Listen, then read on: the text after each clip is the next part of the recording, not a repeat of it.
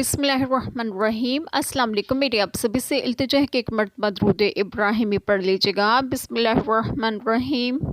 اللہم صلی علی محمد وعلی آل محمد کما صلیت علی ابراہیم وعلی آل ابراہیم انک حمید مجید۔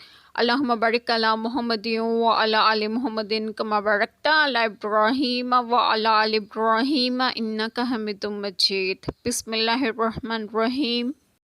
یہ ہیں جن پر اللہ نے لعنت کی، اور جسے خدا لعنت کرے تو ہرگز اس کا کوئی یار نہ پائے گا۔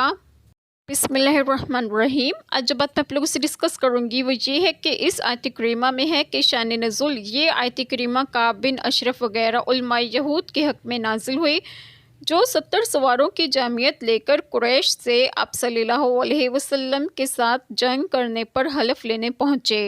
قریش نے ان سے کہا، چونکہ تم کتابی ہو اس لیے تم آپ صلی اللہ علیہ وسلم کے ساتھ زیادہ قرب رکھتے ہو، ہم کیسے اطمینان کریں کہ تم ہم سے فریب کے ساتھ نہیں مل رہے ہو؟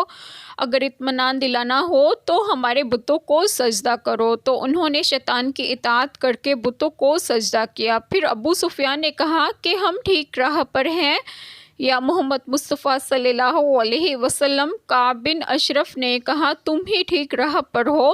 اس پر یہ آیت کریمہ نازل ہوئی اور اللہ تعالیٰ نے ان پر لعنت فرمائی کہ انہوں نے آپ صلی اللہ علیہ وسلم کی عداوت میں مشرکین کے بتوں تک کو پوجا۔ اللہ تعالیٰ ہم سب کے تمام گناہوں کو معاف فرمائے اور ہمیں صراط مستقیم کی راہ پر گامزن کریں، اور آپ سب کو آپ کے گھروں میں خوش و خرم رکھیں اور صحت و تندرستگی بھی دیں۔ آمین۔ جزاک اللہ خیر۔